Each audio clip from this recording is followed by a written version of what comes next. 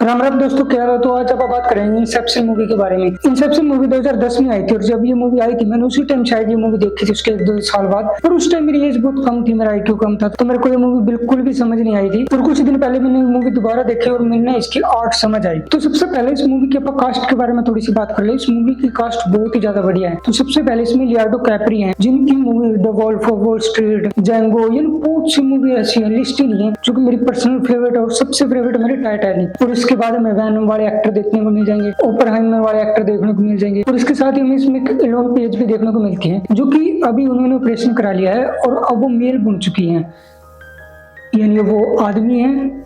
मेरे समझ नहीं आ रहा कैसे कहूँ। अगर आपने द अम्ब्रेला अकेडमी देखी है तो उसमें वो पहले सीजन में एक फीमेल होती है और दूसरे सीजन में वो मेल बन जाती है, यानी बन जाता है। मेरे को लगा कि ये शायद स्टोरी के अकॉर्डिंग होता, पर रियल लाइफ में उन्होंने अपना ऑपरेशन करा के वो अब एक लड़के बन चुके हैं। ये तो होगी कास्ट के बारे में बात है। अब मूवी के बारे में बात करते हैं। तो मूवी की स्टोरी और कॉन्सेप्ट बहुत ही ज्यादा अलग है। तो इस मूवी में वो एक चोरी करते हैं और वो चोरी किसी जगह से नहीं करते, वो सपनों से चोरी करते हैं, यानी जो आपके ड्रीम होते हैं। और इससे भी ऊपर वो सपनों के चोर होते हैं। पर इस बार उन्हें एक नया मिशन दिया जाता है, जिसमें उन्हें सपनों में कुछ चोरी नहीं करना बल्कि सपनों में कुछ दे के आना है, यानी एक नया आइडिया उन्हें डेवलप करके आना है सपनों में। यानी कोई इंसान मेरे सपने में आए और मेरे दिमाग में कोई नया आइडिया दे कि मैं कल ही दिल्ली चला जाऊं, ये आइडिया मेरे दिमाग में कोई दूसरा आदमी डाले सपनों से। तो ये सुनने में जितना अजीब लगता है उतनी ही अजीब ये मूवी है। इस मूवी में वो सपनों के अंदर जाते हैं।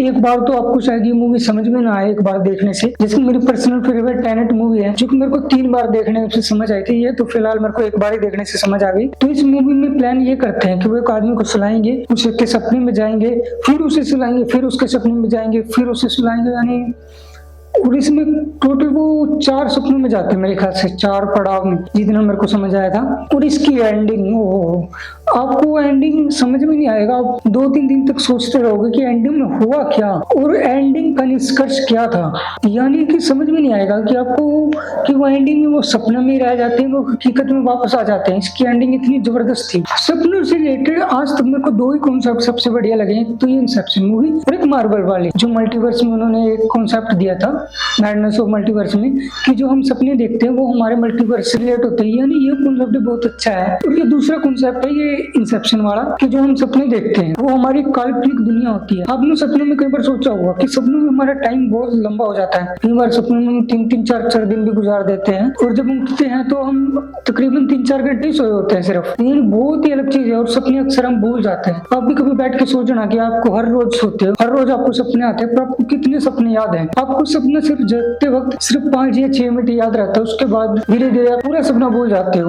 मेरे ख्याल से शाम तक तो आप पूरा ही सपना भूल जाते हो कि आपको क्या सपना आया था। कुछ सपने ऐसे होते हैं जो आपको पूरी लाइफ याद रहते हैं। मेरी लाइफ में कुछ ऐसे सपने हैं। पर मजे की बात तो ये है कि साइंटिस्ट भी, इतने बड़े साइंटिस्ट भी, उनको भी आज तक ये नहीं पता कि हम सपने क्यों देखते हैं और कैसे देखते हैं। तो चलिए मूवी पर वापस आते हैं। तो मूवी की जो सबसे खास बात है इस मूवी का डायरेक्टर, जिनका नाम है क्रिस्टोफर नोलन, और उन्होंने इतनी शानदार मूवी बनाई, इतनी शानदार, जो मेरी पर्सनल फेवरेट है। सबसे पहले मोमेंटो, अगर आपने गजनी मूवी देखी है तो वो मोमेंटो की एक तरह से कॉपी है। और दूसरी द डार्क नाइट, और ये इंसेप्शन लगा लो, टेनेट लगा लो, और अभी जो ओपेनहाइमर भी आई है, यानी वो बहुत ही बेस्ट डायरेक्टर कहा जाता है उनको, हॉलीवुड का बेस्ट। उनको एक और बात के लिए बहुत ही ज्यादा जाना जाता है और वो होता है उनका रियल स्टंट, यानी जैसे आप टॉम क्रूज को जानते हो रियल में स्टंट करते, वैसे ही क्रिस्टोफर नोलन अपनी मूवी में CGI का कम से कम यूज करते हैं। जैसे कि आपने ओपेनहाइमर में सुना होगा कि बिल्कुल 0 CGI था, बिल्कुल 0। तो ऐसा ही है इंसेप्शन मूवी में, इतनी साइंस फिक्शन होने के बावजूद भी इसमें CGI बहुत ही ज्यादा कम है। इसमें जो आपने ट्रेन वाला सीन देखा होगा कि जो बिल्डिंगों के अंदर ट्रेन आती है, वो सच में ट्रेन आती है, वो सच में एक ट्रक को ट्रेन के रूप में बदला जाता है, वो CGI नहीं था। हाँ, कुछ हद तक CGI था, पूरा CGI नहीं था वो। और इसके अलावा जब 2 कैरेक्टर बैठे होते हैं, लियोनार्डो द कैप्री और पेज,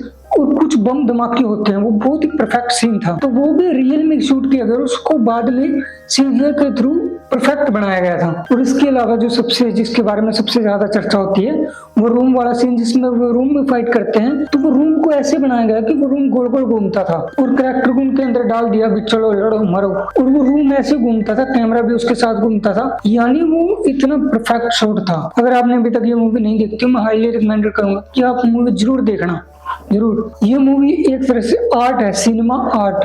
अगर मैं इसकी अचीवमेंट के बारे में बात करूँ तो इस मूवी ने टोटल 4 ऑस्कर जीते थे, जिसमें बेस्ट एडिटिंग, साउंड इफेक्ट और विजुअल इफेक्ट भी थे। और इस मूवी की एडिटिंग हो बहुत ही ज्यादा बढ़िया, क्योंकि कोई सीन ऐसे हैं कि जिस सपने में वो सीन स्लो है बिल्कुल, और कुछ सपने ऐसे हैं जो बिल्कुल फास्ट चल रहे हैं। भाई सब क्या एडिटिंग थी, इसका एडिटिंग लेवल और साउंड इफेक्ट बहुत ही ज्यादा बढ़िया था। और इस मूवी का budget total 16 crore US dollar था, और इस मूवी ने 84 करोड़ यूएस डॉलर कमाए थे। अब ये सोचो कि ये एक सोलो मूवी थी, यानी ये कोई यूनिवर्स की मूवी नहीं थी जैसे मार्वल यूनिवर्स की किसी की। फिर भी इस मूवी ने 2010 में इतना बढ़िया बॉक्स ऑफिस कलेक्शन किया। अगर आपने इंसेप्शन मूवी देखी है तो बताना आपको कैसी लगी। तो आज की वीडियो में इतना। वीडियो अच्छी लगी हो तो चैनल को सब्सक्राइब जरूर करें। Thank you.